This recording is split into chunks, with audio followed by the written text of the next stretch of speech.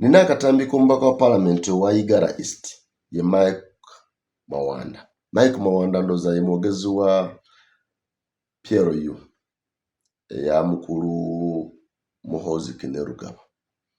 Mike Mawanda yagambye nti okusinziira ku byabadde mu bitundu by'embalala alina conclusion gye yakoze ku lw'ekibiina kye oba ku lw'abantu be. Yagambye nti ekisookera ddala abantu abajja mu raali za Kyagulanyi abazze embalala babadde bazze kulaba muyimbi, nti babadde bazze okuwulira ku muyimbi ayimba ki basanyuke wabula si bawagizi, kubanga abawagizi abantu b'embalala bonna bawagira NRM, nti era Mwami Museveni lwaligendayo lwe mujja okulaba abawagizi abatuufu. N'agamba ekyokubiri nti abantu b'embalala tebayinza kubanga beebo Kyagulanyi be yabadde atambula nabo, olw'ensonga nti Kyagulanyi alina emmotoka 300 z'atambula nazo zonna nga zijjudde abantu, nti n'abo abantu abakeera bw'abeera asuse ku hoteri bonna Kyagulanyi apanga bapange. Ekibadde embalala tukirabye naye tekyewungusa kubanga abantu baadde bazze kulaba omuyimbi w'obwereere, tebazze kulaba omukulembeze, kubanga bwe bawulidde nti Bobi Wine bamumanyi ng'omuyimbi ne bagamba nti tugende tulabe ki omuyimbi, tebagenze kulaba mukulembeze, era abakulembeze baabwe babamanyi. Tulinde pulezidenti w'emusebe bw'anaatiirira embalala ojja kulaba abantu nga bagenda okulaba omukulembeze, naye bano ababaddeyo era tetukyewunyisizza babadde bagenze kulaba omuyimbi, kubanga mbalala tugimanyi bulungi, mbalala yonna twagipaintinga dda yero, babadde bazze kubula. Ate n'ekirala ye mwennyini avaayo ne Kampala ne gundi avaayo ne gaali, avaayo n'abantu bangi, mbadde mumugoberera nga mulaba nti buli kampeyini gyagendako abalina emmoroka nga 3 kiba kitegeeza emmoroka zonna nga zijjuddemu abantu. So bwatuuka abantu bonna ne bavaayo ne bagenda mu kifo kyagenda okukoleramu rwali, ng'olowooza nti yasanzeewo abantu bagenda okwadressinga oba kwogera nabo, kumbe beyazze nabo alina n'akantu kagenda n'apanga, abantu ne bajja ne bamusanga waasula, biki byonna bipange, byonna bipange, tibali bawagizi bakeera eyo tebagenze okulaba ki, naye abasinga babagenze okulaba omuyimbi. Ensonga ezo nyala tuzitemeeteme ng'abantu abakuze mu myaka ne mu ndowooza. Ekisooka, Mwami Mawanda ebimu ku bikyalemesezza okuba Mwami Kyagulanyi Ssentamu Robert Bobi Wine paka ku ttaka, kubanga buli kakodyo konna kakozeseddwa, to the extent nti chairman w'ekibiina ekiri mu buyinza NRM emyaka 4 egiyise yagamba nti by 2025 NUP tejja kubeerawo. Abawagizi ba NRM ne bannabyabufuzi ne bagamba nti by 2025 abantu Kyagulanyi be yalina mu myaka 4 emabega 5 nti by 2025 Kyagulanyi ajja kuba yeegoberera yekka. Leero abantu balinga abakubiseemu abatambula ne Kyagulanyi. Tobeerangaawo to undermine omuntu Katonda gw'ataddeko omukisa oba gw'awadde amafuta. Kyagulanyi is blessed. Kyekisooka.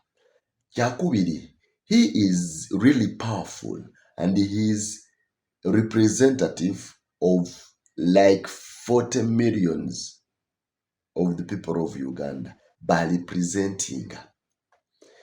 kati toyinza kuvaayo n'okola statement ey'ekyana ekito nti abantu abagenda kulwaliza Kyagulanyi baba bazze kulaba muyimbi.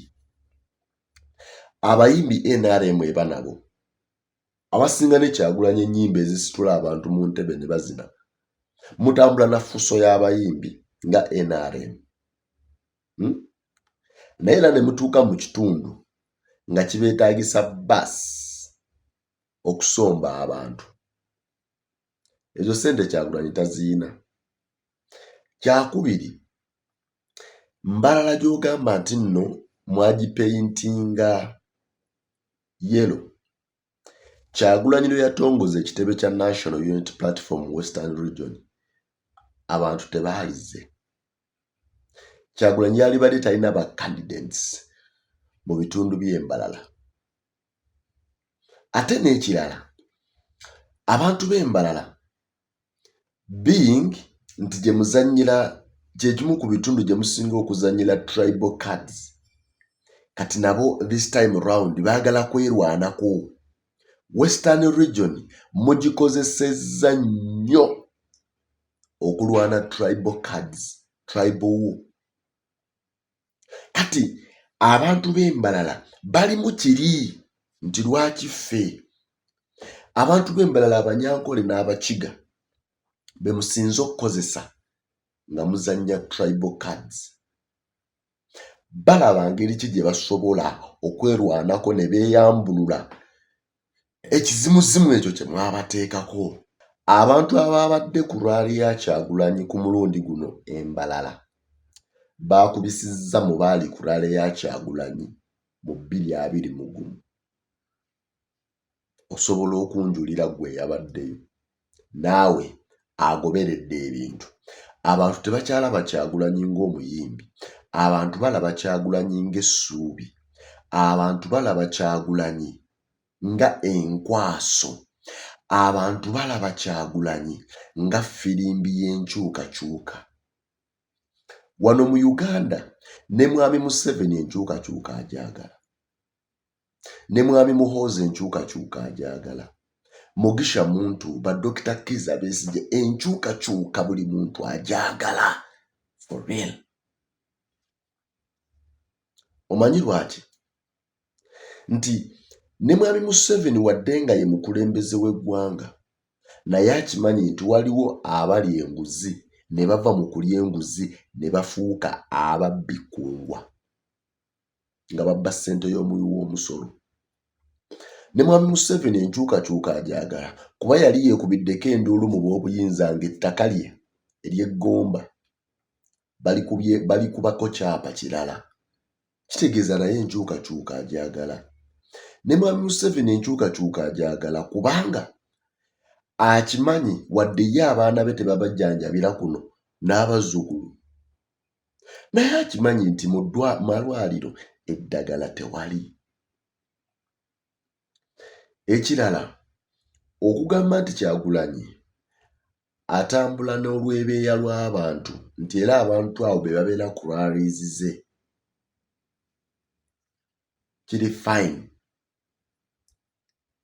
Tewali wano kibiina kya byabufuzi kitatambula n'abantu, naye abantu ba Kyagulanyi be yatambula nabo erira, be yagenda nabo e Busia, be yagenda nabo e Sheema, bagenda nabo Mpigi, ng'aba alina ssente, ng'aba alina ssente.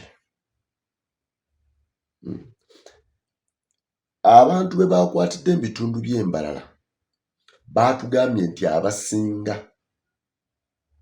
majority bwe baba bakutte abantu 200, abantu nga 170 batuuze b'Embalala.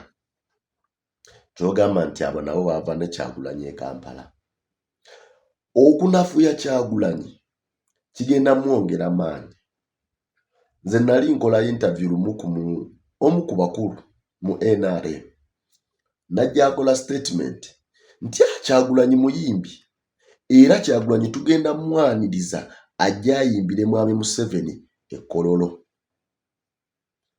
Bwe twamaliriza interview waayita eddakiika nga 15 omukulu oyo n'ankubira sijja mwogera n'aŋŋamba ako kennayogedde nti no Kyagulanyi ajja kujja ekkolola atuyimbire tokakola konze lwaki nga gwe wakoogedde naŋŋamba you never know.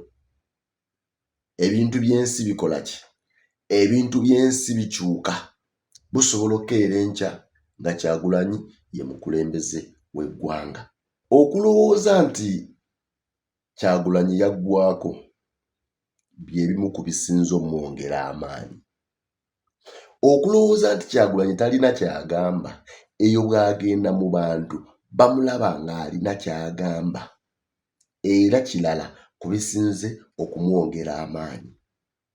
Amaanyi agalina ate amaanyi gamweyongera.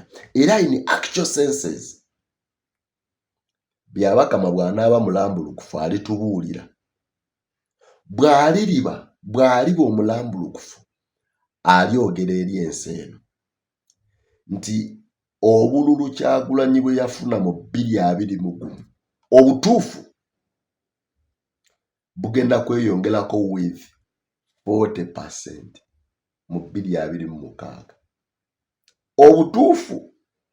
Obutuufu bwe yafuna mu 2021 bugenda kweyongerako with 40% in 2026.